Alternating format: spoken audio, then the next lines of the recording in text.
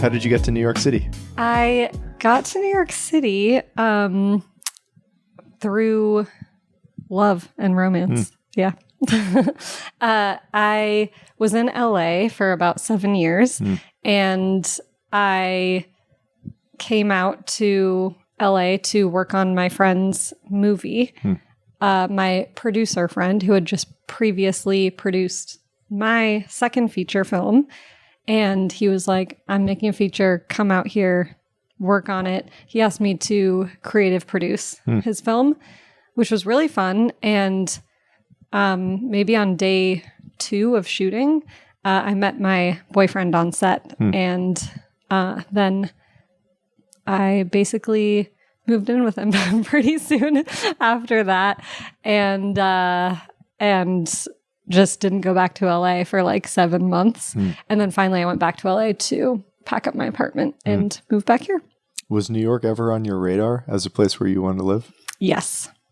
Yeah, I grew up coming here, and my twin sister lives here and has been on the East Coast for 10, 12 years or something. And and I basically thought about moving to New York every day since I was 18. How do you find the city? I know you're relatively new living here. How's it going? It's amazing. It's a beautiful, perfect place. Obviously, I'm basically a tourist, so I'm loving every second of it. But I can understand why and how people get exhausted after years of being here. But yeah, I absolutely love it. And I feel like, you know, and this is obviously my fault, I guess you could say. But how I like to describe it is, in LA, you know, I go to a party or something and it's all creative directors. Yeah. And, you know, they're all my friends and I love them and they're brilliant at what they do. But I go to a party in New York and it's like, I meet a scientist and I meet a lawyer and I meet, you know, like a social worker, and it just feels like the whole world is here as opposed to the LA bubble, which I also love. It's also a bubble here, but, you know, different style. Yeah. Where did you grow up? Where are you from? I'm from the Bay Area, near San Francisco. Yeah, I was in San Francisco for a long time too. Were you always interested in movies, in film? What's the background story to your interest?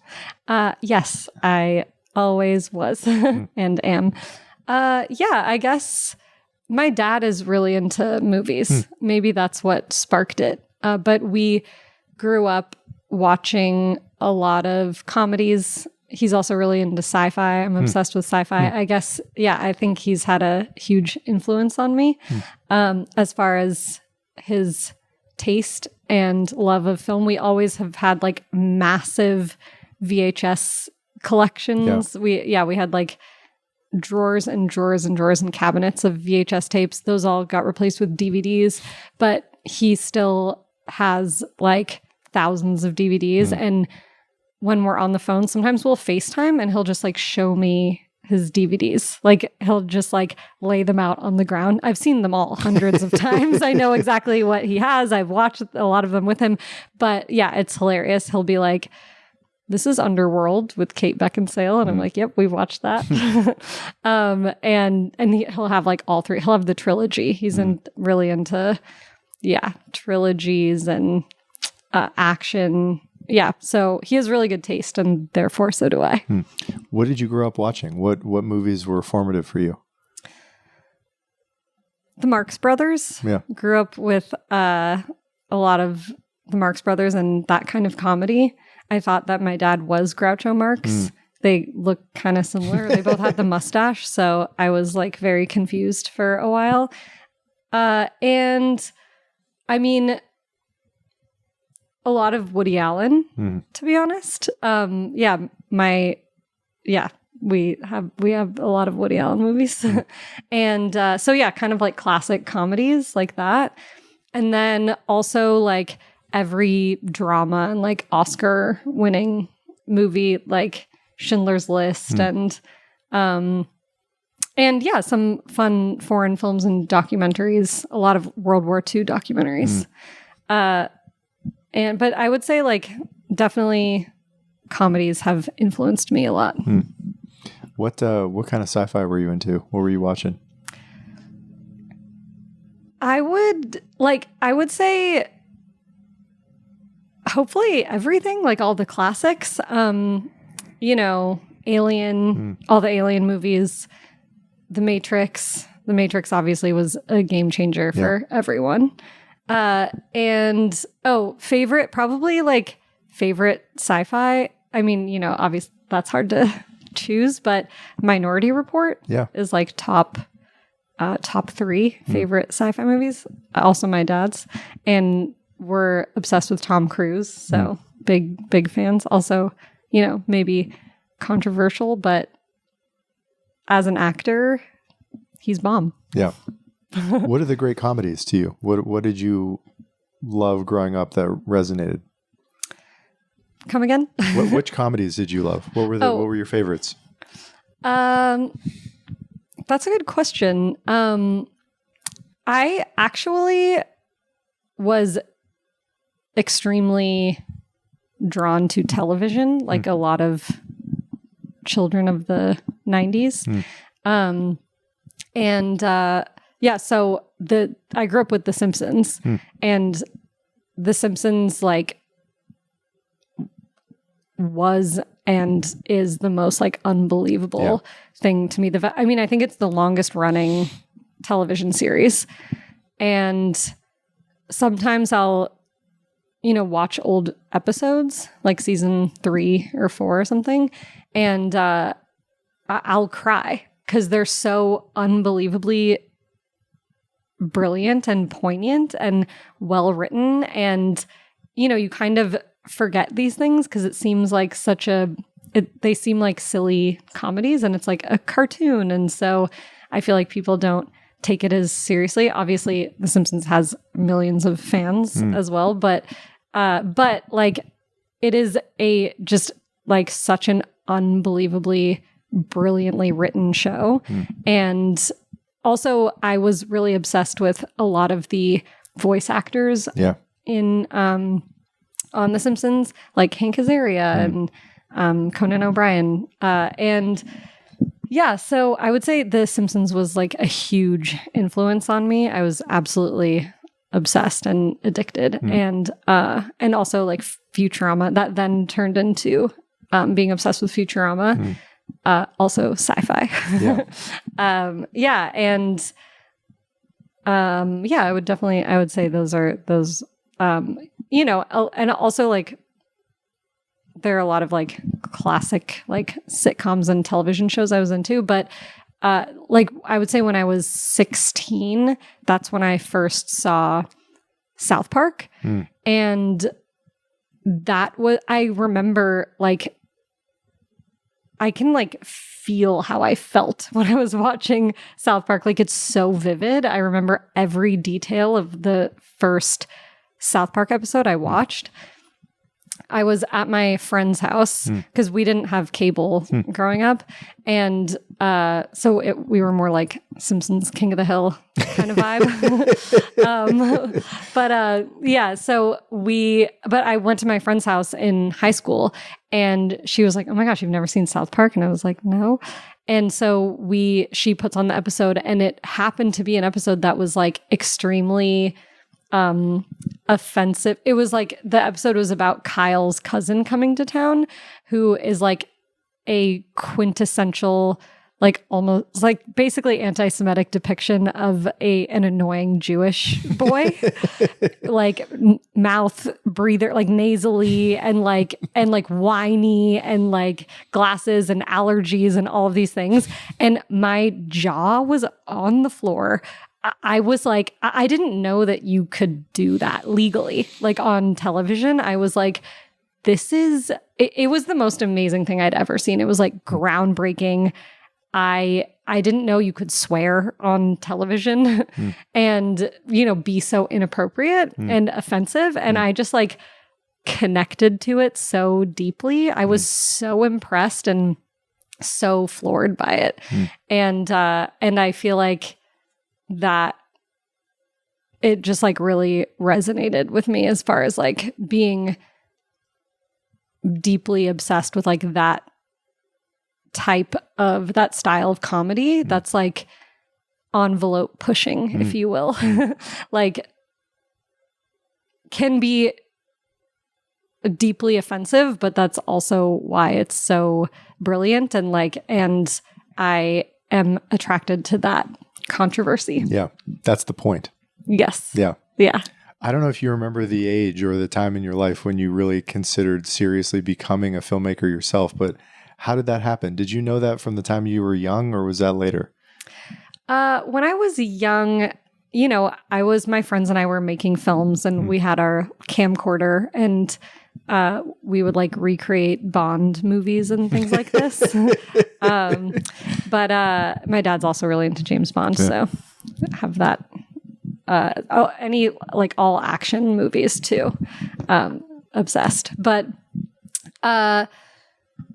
yeah, I would say honestly, I think when I seriously considered pursuing this, I was 18, maybe 17 or 18.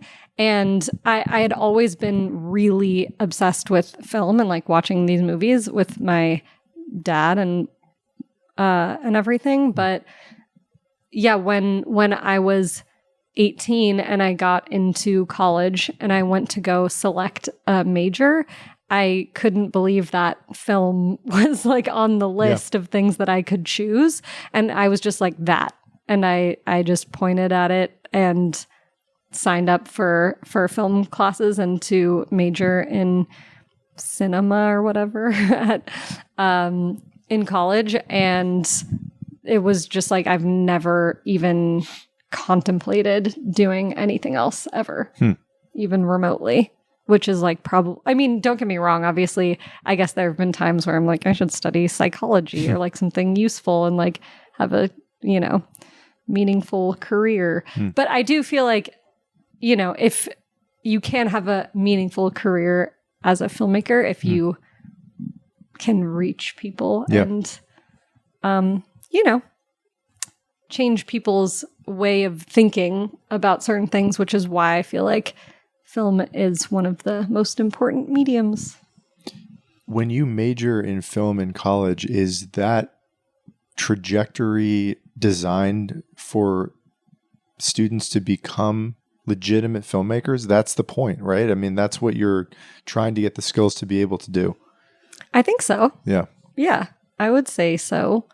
Yeah, I think that was, but I mean, I don't think that like going to film school, like I wasn't a very good student at all. I mean, it wasn't until I started really focusing on my film courses that I even like cared about any classes. And then I found those interesting, but it's still, I just, was not a very good student. So it was more so like the actual production classes. And it was more so after I graduated, really, that I was working at American Apparel. If you're familiar with the clothing brand. Yeah. I was working at American Apparel in college, and after I graduated, I wanted to quit, but I kept my job there so I would have access to the store. And I'd been writing stand-up about like my experiences working at American Apparel. And then I decided to form them, all of my material, into a pilot. And so then when I was like 22, I wrote and directed my first like film pilot type thing, where, you know, basically about my experiences working at American Apparel. And I like snuck into the store at 6 a.m. and would just have my hot little friends like act in it and like dress up in all the clothes and everything. And I think, that's when I actually started to learn the most, was just making things myself. Like people don't need to go to film school unless you're studying like film theory or, anyone can learn anything on their own just by doing it, I would say. Did you always know you wanted to be a comedy filmmaker? Was that the goal, or were you very much more open and more broad in terms of what you wanted to make? I'm open.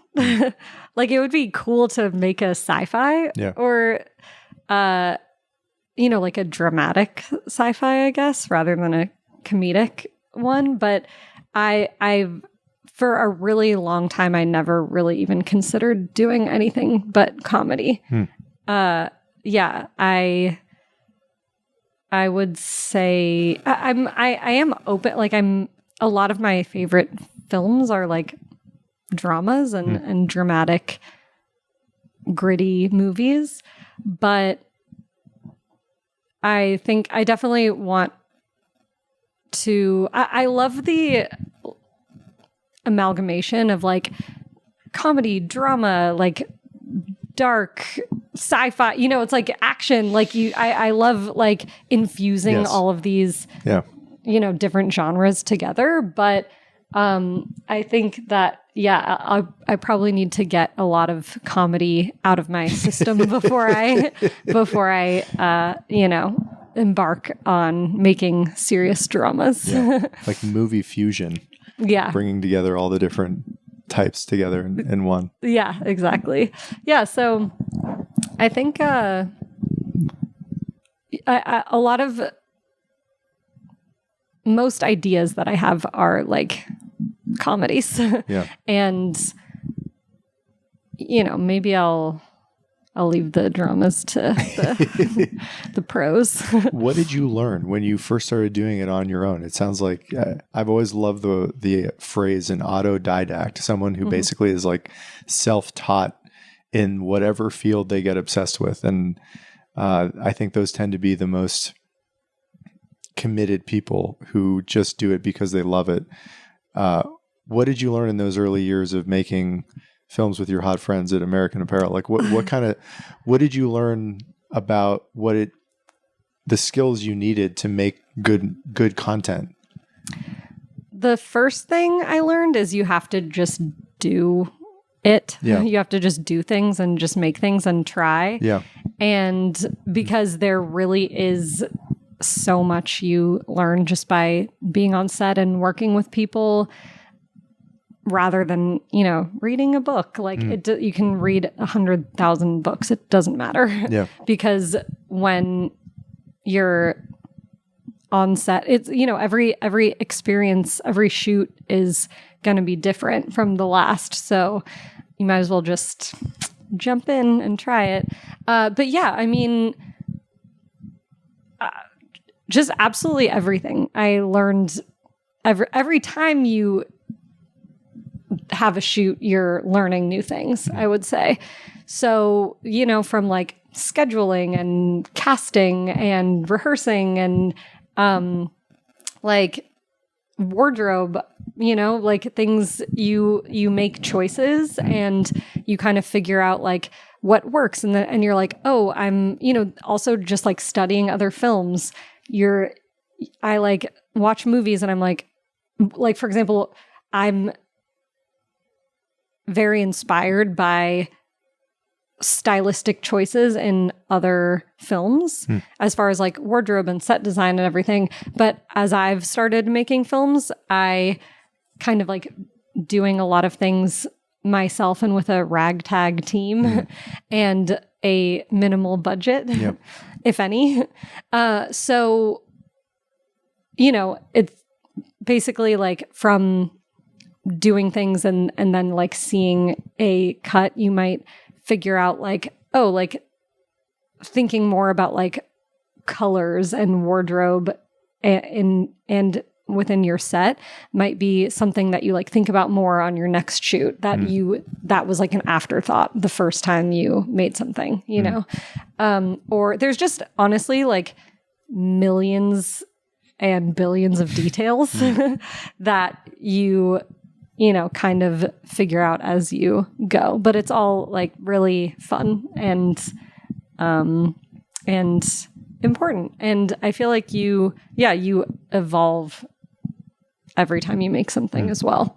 Were you always the writer-director? Was that the role you wanted to play and did play? Or what were your roles early on in making these shorter films? Yes. I've always been the writer and director of my projects. Obviously, I mean, I've also I'll act in my projects and in other people's work. And that's something that's really fun for me too.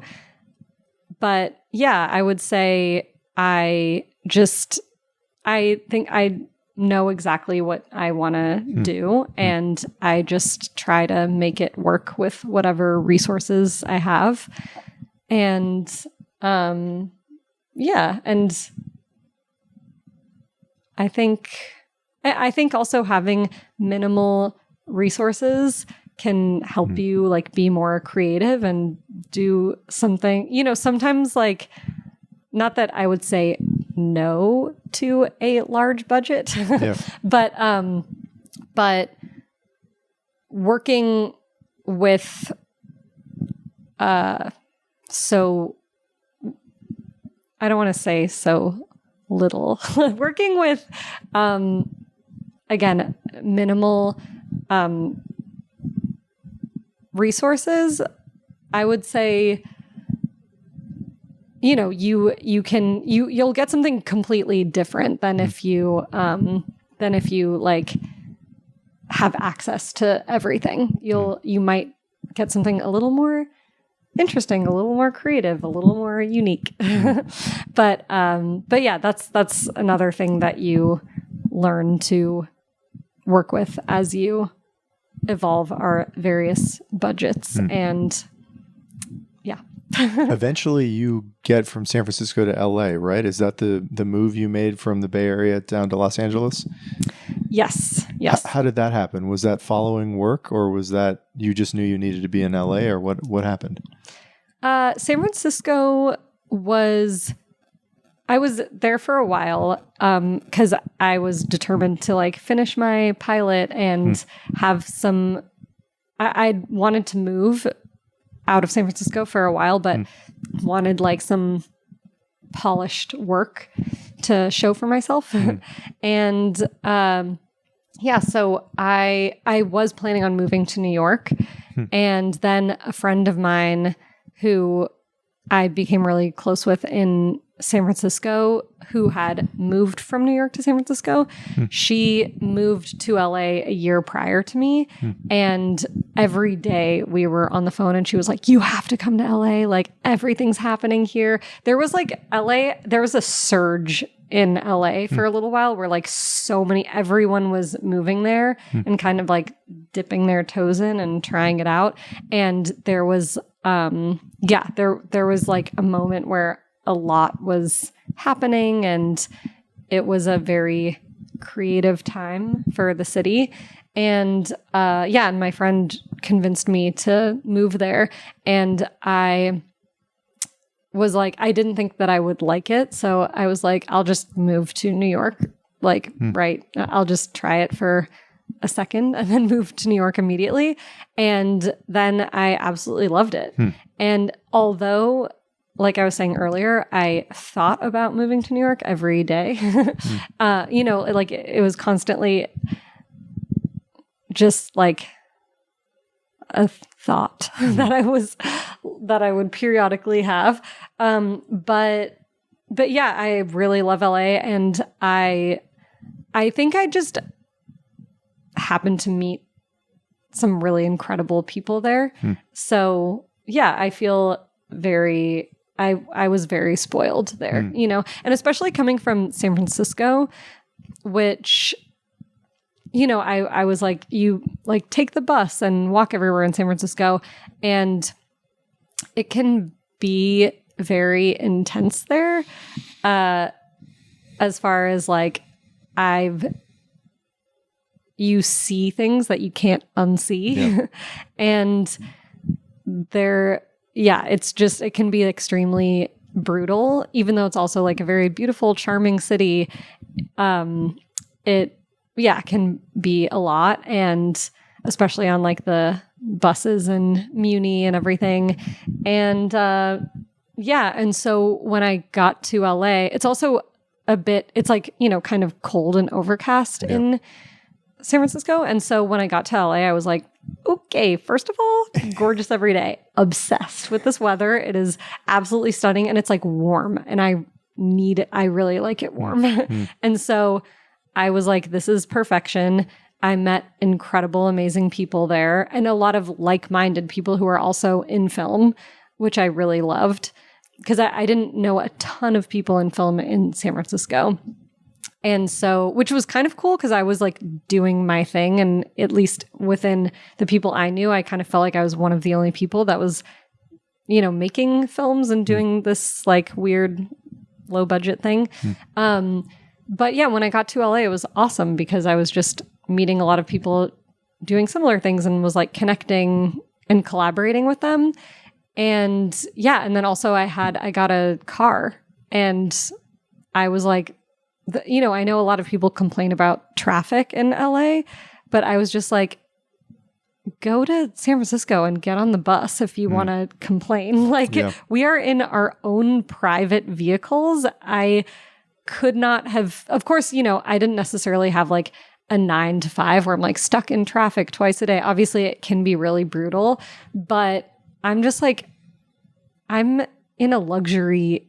It was like an old car that I bought that was really cheap, but to me, it felt like a luxury vehicle. I was like, this is unbelievable. Like, because, you just get to cruise around.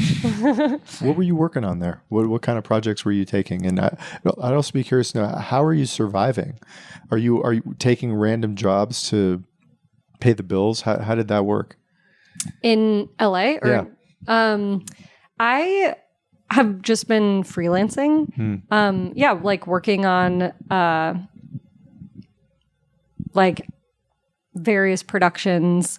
When I first moved to LA, I got a job as a director's assistant, and I was working for a director, and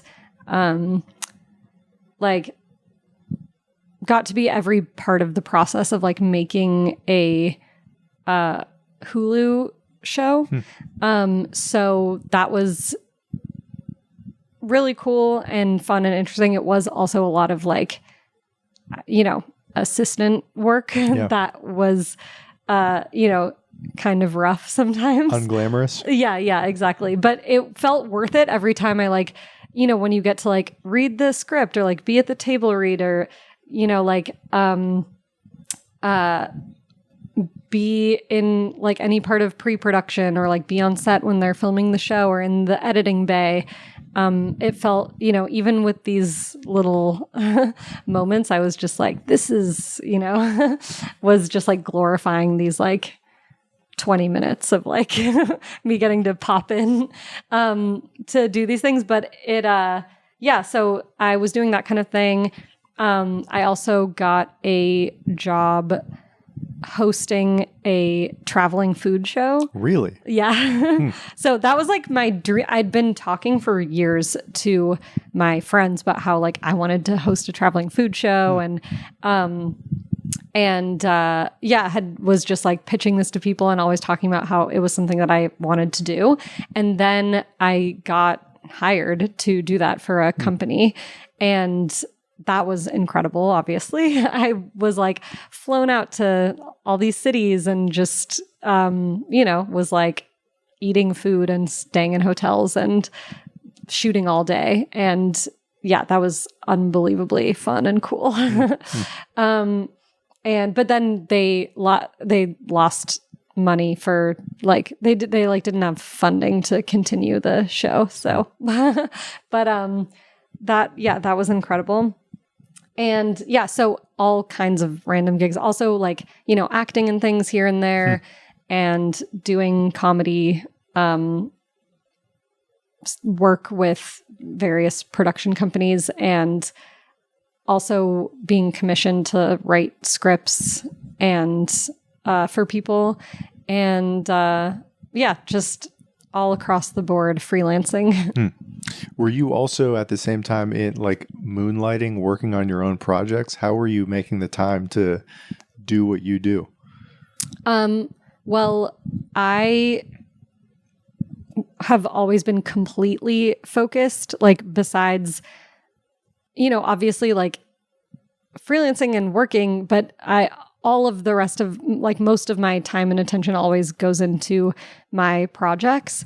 And so, yeah, I mean, I guess if you're asking how I do that, it's by eating beans every day.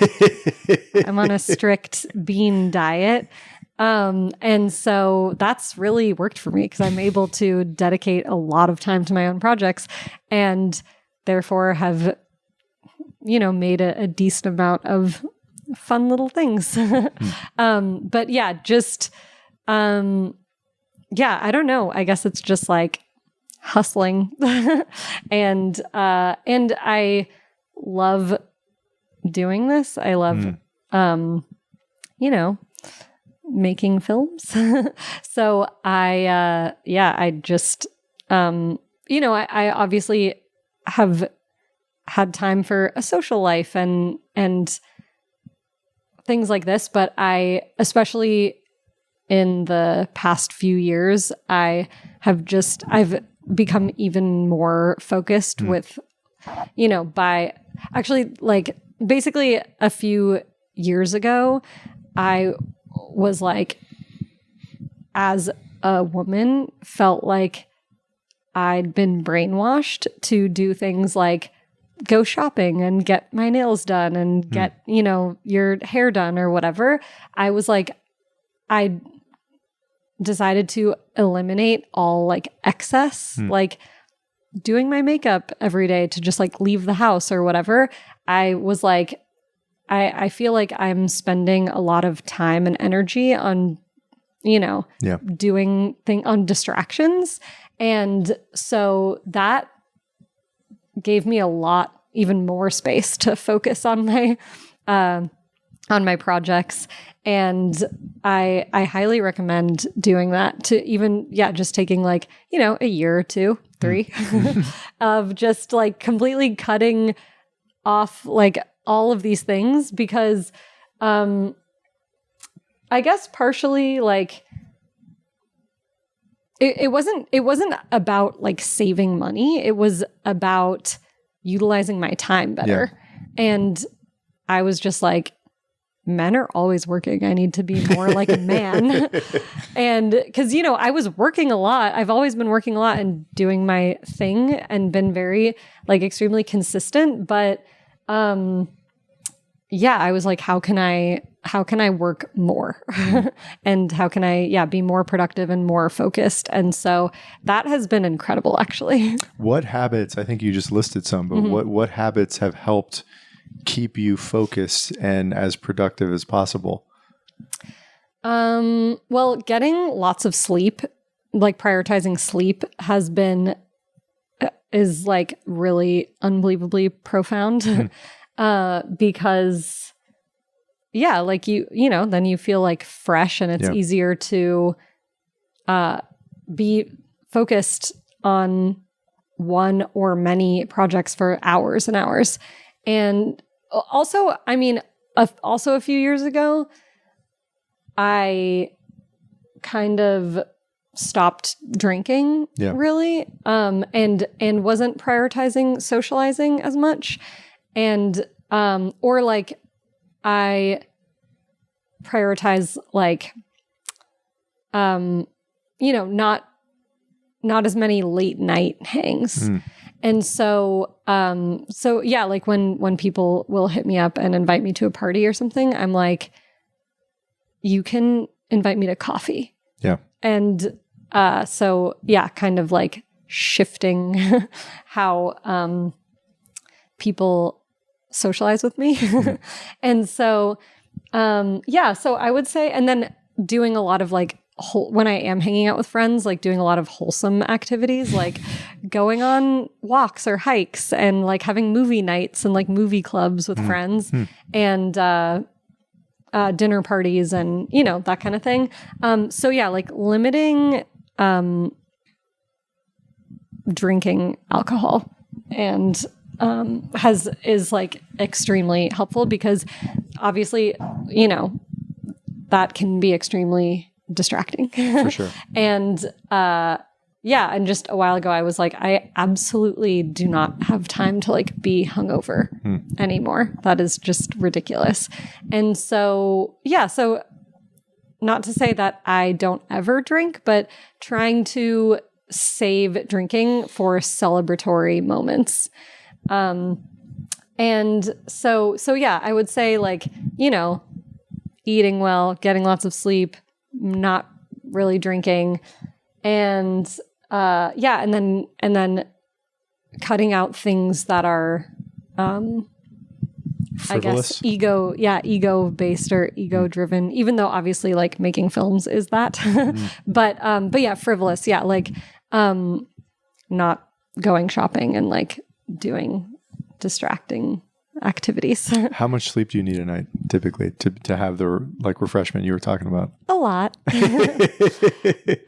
My friend and I were talking about this recently, actually, and she was saying that a lot of sleep studies have been done on men, or you know, at least like how sleep studies started. Like a lot of most studies were done on men from the beginning of studies being done. And so, you know, obviously now there are a lot more studies that show that men and women need, and also like, it's kind of ridiculous to say like men and women. It's like every individual person needs a different amount of sleep that like works for them. But when people are like, oh, typically people need this amount of sleep at night, it's like that is generally geared towards like, I guess she was telling me how much men need to sleep. So, yeah, I would say, I mean, I would love a nice like 10 hours or, you know, something around there. That would be ideal. But yeah, like 9, 10 would be awesome. That's a good place to be. Yeah, I agree. We talked offline about the movie that you were just in LA showing off. I'd love to talk about how that came about. Oh, wait, sorry. Can you say that one more time? The movie that you were just in LA showing in downtown, it sounds like. For someone that has no familiarity with the movie industry, how did that happen? How did that come about? Any of the details you want to share about the budget, how long it took to write it, film it, I'd love to hear. Okay. Well, I guess I'm debating if I should tell the long version with all the details or the shorter version. But I guess, so this is my second feature that I made with a longtime collaborator of mine. When I first moved to LA, I met a friend who we started like developing a series together, and it was like very time consuming and tedious, and we had very like grandiose ideas of what our show was going to be, and I was starting to go a little nuts because I was like, you know, when are we making this thing? Like, when is it? Like, how are we possibly going to get the money for this? How are we like casting Drake to make this cameo or whatever, you know? And so, yeah, it was lots of like yachts and helicopters and like, we were just having a lot of fun with it. But I was just like, I need to do something in the meantime to satiate this feeling that I had of just, you know, wanting to make something quickly. And so I approached her and was like, we're going to make a detective show. And it's really, it's completely like nonsensical. Like there's two detectives, you and I are playing them. They never solve a case. Like it doesn't make sense. And every episode is going to be 2 minutes. And no matter what is happening at that 2 minutes, like the episode ends. And it's called Detective PI. And we started making that show just purely for us, for fun. And we had the best time ever. And we just will like shoot. We get all of our wardrobe and props and anything we need at Goodwill. We like write the episode. We go out and get everything we need. And we're shooting the episode within 24 hours and putting it out within 48 hours, basically. And so, yeah, we just like sporadically would make episodes of that whenever we felt like it. And typically that would happen by like talking on the phone about something else, then like joking around, and then our jokes like turn into an episode. And so, so we started doing that kind of thing. Incredibly fun and like rewarding because, we were just it was for us, you know? And so then we made about 10 episodes of that show. And we had a screening where we screened the first season, we called it. And and I wrote a play for it, and which was like a live action episode, and that we put on, and an original song, and we had this like singer come and like perform and everything, and just made a whole night out of it. And it was incredibly fun and amazing. And so and so from there that's when I decided to, this is the really long version, I'm realizing. That's when I decided to make my first feature in a slightly similar fashion, where not in the exact same way, because I like wrote a script, but I shot my first feature on a camcorder and myself, because nobody wanted to shoot a feature for free. And then I just got a bunch of like incredibly talented actors and comedians in LA to be a part of it, and they are so amazing for doing that with me. And and it was an incredible time. And so from there, I think because of making that first feature, people trusted me to make another one, which is kind of how the second feature was birthed. Because one of my collaborators and I, we made a short film together, and it again was like such a fun process, and we did so much in 2 days that I was just like, we were talking on the phone afterwards, and I kept like egging her on and being like, let's make this into a feature. Like, let's make another feature and if we can make a short in 2 days, we can make a feature in 4 days. And was just like being crazy and manic, as I usually am. And so then like we started joking around about like what the premise would be. And she was like, we were like, let's just, because we were like, let's shoot this in a week. And we didn't have a script. So we were like, let's just remake the movie Sliver, which is a erotic thriller from the 90s. And we're really obsessed with erotic thrillers. And so we were like, let's just remake that movie word for word. And then I was looking at the script and like at all the like key points of the movie. And I was like, it's a movie about like a murder that takes place in a high-rise building in New York. And I was like, we're in LA. We don't have access to a high-rise, and this doesn't make sense.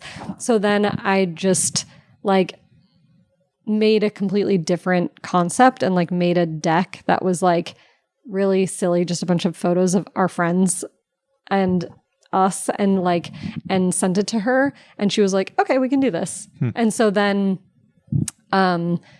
we got together and wrote a really detailed outline of like every scene, everything we wanted from every scene. I started writing an actual script and she like screamed at me to stop because she was like, we don't have time for a script and no one's memorizing anything. Like, we just have to do this. And so we found a location, which is our friend Harmony's house in Beechwood Canyon. And she let us completely take it over for 2 days. And then, we ended up shooting the entire feature in 2 days based on this outline. And just anyone who we called who was available, we were like, come to set, like went over their character with them, had everyone use their real names because so we could like keep rolling nonstop and always keep the cameras going. And even if we were like, hey, Max, like, I need you to blah, blah, blah. Then, like, even if it wasn't a part of the movie, then we could potentially use anything because we were all going by our actual names. And, and we just got everything we could and shot our film that way in the most insane way anyone possibly could, really. And we had a few pickup days later, some half days here and there, but yeah, the principal shoot days was over a weekend. It's primarily a comedy? Yes. Yeah, it's a comedy. What is it about comedies, and this goes back to kind of your interest in movies in general, like what do you think is so amazing about comedy films and how it can affect people? Like what's the resonance there for you of making? It's a lot of work to do this stuff, and it sounds like you love it. It's a lot of fun, but the end product, what is it? Mostly this is just fun to do, so this is kind of an offering, or is there something more there about comedy itself and film, comedic movies, that is particularly important to you? I would say that comedies are important and important to me because, there's a lot of sadness and darkness in the world. And I think it's important to like see the bright side of things and to like uplift people in any way you can, whenever you can, really. That's also, again, why I'm a big fan of South Park, for example, because there's no topic that goes untouched. Yeah. There's nothing that's too sensitive for them to make fun of. And I really appreciate that because I think it's important to not take things too seriously all the time. And I think the ultimate goal of everything and everyone should be to have fun. So I'm usually just having fun with my friends, and that's the origin of what starts a lot of these projects. Is like, I think of something that I think is fun or funny or interesting, and then a lot of the actors and comedians I know, they're so unbelievably talented, and they can also do like dramas, and they have like unbelievable range. Yeah. But their comedic instincts are mind-blowing. And so that takes like a very specific person and a very specific type of talent. Like not everyone can do comedy. And so I really appreciate, I'm just like extremely drawn to these certain people with these specific comedic tendencies. And yeah, so just kind of like throwing them into something and seeing what they can do is like the most inspiring incredible thing to me. And yeah, and I feel like it's important to, lighten things up and have fun and have fun with things. And like, I don't know. It's just kind of what I've always been into. And I really like weird people and characters and stories. And like, I just am really drawn to like freaks, like absolute freaks. And most people I know are freaks. And so I just exploit them, I guess. Two things Just I'd love joking. to close on. Okay. Two questions to close on. The first being how you think about the word success for yourself. If you're already living that, or if you feel like you're not there yet, how do you think about how you define the word success as it pertains to your career personally? That's a good question. I feel very successful because, like I was saying, I'm having fun. I'm having so much fun, and that's the goal. And I feel really spoiled and really grateful. Like with all of my friends, and all of the people that I work with, I feel honored to be able to work with them. And these are people that I always have the best time working with, and that I also would cast with like a $10 million budget. Yeah. You know what I mean? Yeah. So although I guess people always say like to enjoy, like this is what you should be enjoying. The now. Yeah. Yeah. Like the like ragtag team kind of vibe of like running around with your friends and having fun and doing things for cheap and having things be like your own vision, without having a lot of other hands in the mix, which as you get more money, you have to answer to a lot of different people. Yeah. And it's hard to have your vision be like clear and clean and streamlined and exactly how you want it to be necessarily. So yeah, I really do enjoy what I'm doing, and I like beans. So like I am having a perfectly good time. Best life. Yeah. And I'm having fun. And, you know, I would love to see myself. I would love to see my work evolve, and I would love to see, you know, how my projects change with various budgets. But I still am like, I have like 2 original series that I've made and 3 features, 2 of which I'm finishing now, and several short films and some plays that I'm working on. I feel good about this,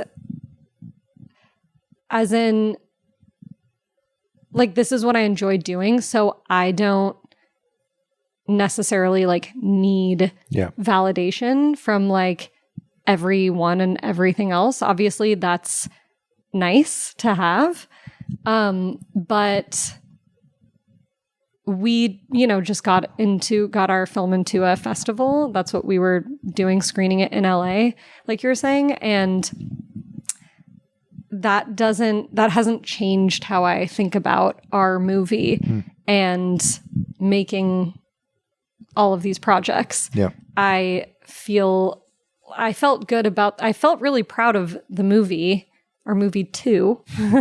I felt really proud of the movie and everyone who worked on it before it got into the festival.